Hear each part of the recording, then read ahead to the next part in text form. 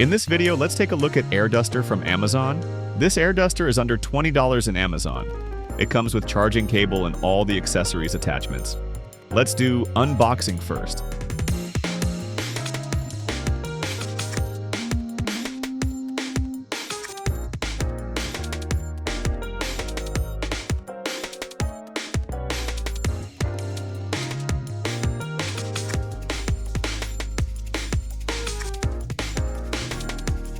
First, take out the protective cover and charge the duster using USB cable that came with it. Unfortunately, it doesn't come with USB power plug. When charging is done, it will turn off automatically. To turn on the duster, press and hold the power button until it starts blowing. If you press again, it will change speed. It has 3 speeds to choose from. Also, flashlight in the front is very useful. To start using the duster, attach the corresponding accessories.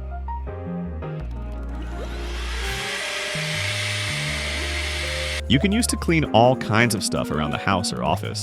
Let's clean dusty computer.